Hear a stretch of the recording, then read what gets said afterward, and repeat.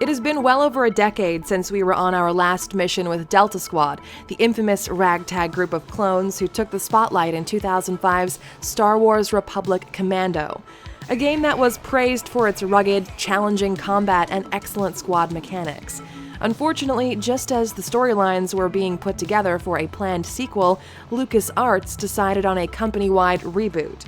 Most of the developers left the studios and Star Wars Imperial Commando was cancelled early in development. Many years later, RepCom is still popular among fans who are patiently waiting to get closure on the game's cliffhanger ending. We thought it would be a good idea to dive deeper into the probabilities of a hypothetical sequel and give you some of our ideas and suggestions for a possible Republic Commando 2. Let's do it. The first thing that comes to mind when talking about RepCom is its solid gameplay design. It makes controlling a squad easy, fluid, and rewarding. There's not a lot that needs to change in this regard, but if a follow-up were to be made, a new feature that we think the series could benefit from is a co-op mode. We can only imagine how cool it would be to have your friends be part of Delta Squad, so you can plow through the story together.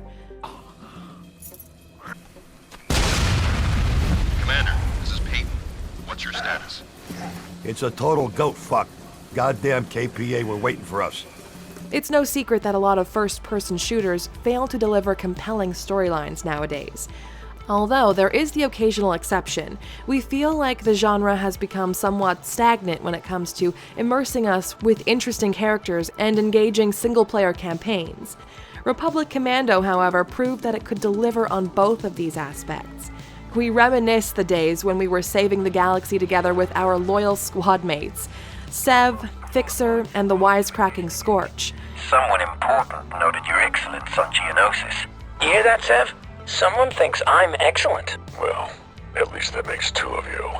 The game took us to different parts of the Star Wars universe: the sandy deserts of Geonosis, a derelict Republic assault ship, and the dense jungles of Kashyyyk. Throughout these missions, we came to care about Delta Squad, which is why we lament the fact that the questions RepCom has left us with regarding Sev have never been answered. According to Brett Douville, the game's lead developer, LucasArts had to choose between two competing story concepts back when Imperial Commando was still in development.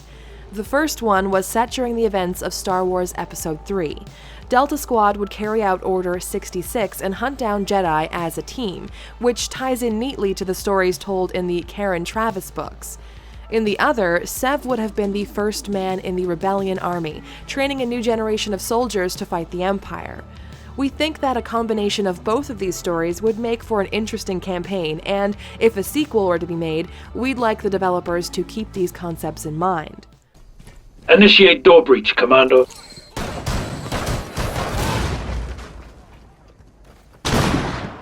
Abort that breach.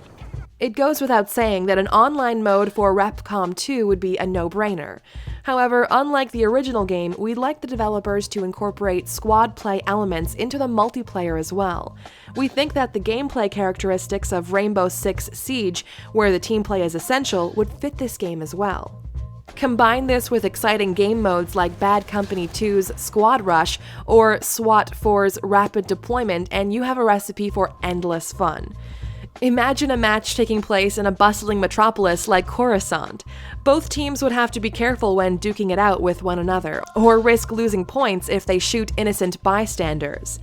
This is, of course, just an example, and there's no doubt that the developers would come up with better ideas than us. We'd just like them to know that there's some amazing potential for engaging multiplayer gameplay here. Welcome, little one. This is your first day. Your designation will be RP01/138. We expect great things from you. The original game was powered by Unreal, and we think it would be a great idea to have RepCom 2 built on the latest version of that engine as well. However, we'd like to see some destruction in the game as well, so another good choice would be Frostbite. Mix Battlefield Bad Company 2's destructibility with Star Wars Battlefront's visual prowess, and in our opinion, you'd have the best possible combination of Frostbite engines for this game. What would you like to see in a new Republic Commando game? Do you agree with our suggestions? Let us know in the comments. For more and all things Star Wars, keep it locked to GVMERS.